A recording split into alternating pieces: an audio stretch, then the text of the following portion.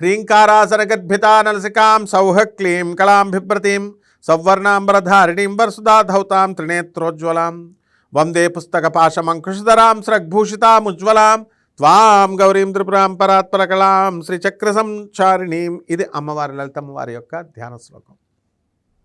మరి ఆ జగన్మాత అయినటువంటి ఆ లలితమ్మ తల్లి మనకి శ్రీమాత శ్రీ మహారాజ్ఞి శ్రీమత్ సింహాసనేశ్వరి చిదగ్నికుండ సంభూత దేవకార్య సముద్యత అంటూ ప్రారంభమవుతుంది. ఈ అమ్మవారి లలితా సహస్రం చదివేటటువంటి వాళ్ళకి చాలామందికి ఒక 20 సంవత్సరాలు బ్యాక్కి వెళ్ళినప్పుడు కేవలం బ్రాహ్మణులు మాత్రమే చదివేవారు. విష్ణు సహస్రం ఎక్కువ ఉండేది, ఆ తర్వాత లలితా సహస్రం వచ్చింది. చదువుకోనటువంటి వాళ్ళు చదవకూడదని, అక్షర దోషాలుంటే కనుక మిమ్మల్ని కబళించి వేస్తాయని ఇలా అందరూ భయపడి చెప్పడం వల్ల భయపడి చాలామంది చదివేవారు కాదు. నేను ఆ తర్వాత చెప్పాను చాలా వీడియోస్లో. ఆం ఇం క్షం అక్షరమాలిక అక్షరమాలం కృత ఐం వదవద వాగ్వాదిన్యై స్వాహ మాం గృహాణ ఐం వదవద వాగ్వాదిన్యై స్వాహ అని చెప్పాం. ఆ నుంచి బండిరా వరకు అక్షరాలన్నీ కూడా అక్షరమాలిక, అమ్మవారు వాగ్దేవి. కాబట్టి తప్పులు చదివినా కూడా మీకు ఆ తల్లి ఆ యొక్క అక్షరమాలికలోకే వస్తుంది. కాబట్టి ఖచ్చితంగా మీకు ఏ విధమైనటువంటి దోషం మీకు అంటుకోదు. కాబట్టి తర్వాత కరెక్ట్ చేసుకోండి. మీరు ప్రారంభించాలి. మామూలుగా ఇంకా తప్పులు నాకు చెప్పే గురువే లేడు, నాకు రాదు అంటే ఇప్పుడు యూట్యూబ్లో అందరూ కూడా ఎంఎస్ సుబ్బలక్ష్మి గారు ఇలాంటి వాళ్ళంతా కూడా బ్రహ్మాండంగా పాడారు. అది వాటితో మీరు కనెక్ట్ అయిపోయి వింటూ జాగ్రత్త కరెక్ట్ చేసుకోవచ్చు.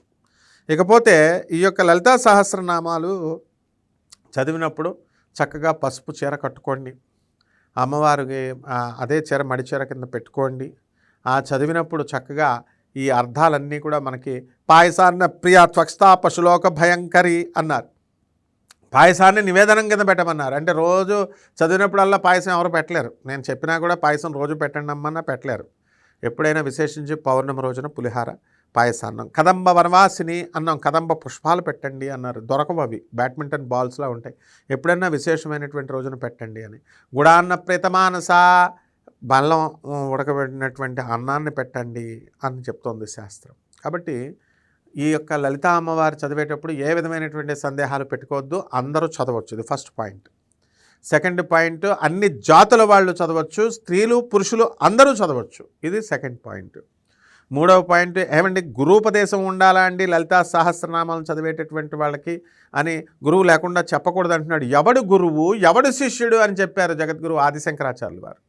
కేవలము వాళ్ళ ఆధిపత్యంలో ఉంచుకోవడం కోసం నువ్వు గురూపదేశం చేయాలా, వీడి గురువు ఫస్ట్ అసలు చెప్పేవాడు జగద్గురువు. ప్రపంచానికి ఒకడే జగద్గురువు ఆదిశంకరాచార్యులు వారు.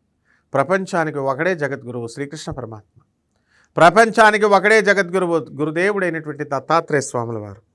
కాబట్టి ఎవ్వరికి మీరు గురువు లేడు అని మీరు అనుకోనవసరం లేదు. సాక్షాత్తు ఆదిశంకరుల వారే చెప్తారు ఎవరు గురువు ఎవరు శిష్యుడు. చిదోహం అంత ఆత్మ ఒక్కటే పరమాత్మ స్వరూపం. కాబట్టి గురువు అవసరం లేదు.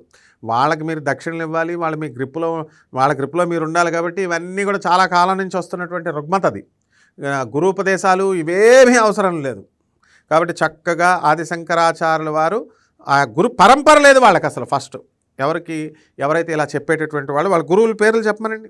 మన ప్రతి వీడియోలో మా గురువుగారు పురాణబండ రాధాకృష్ణమూర్తి గారు, మా గురువుగారు భారతీ తీర్థస్వామి వారు, శృంగేరి పీఠాధిపతులు మా గురువుగారు గరికపాటి నరసింహారావు గారు, ఎవరైతే ఉన్నారో లెజెండ్స్ వాళ్ళంతా కూడా మేము తిరిగాం కాబట్టి మేము నేర్చుకున్నాం కాబట్టి మా గురువు పరంపర చెప్తున్నాం.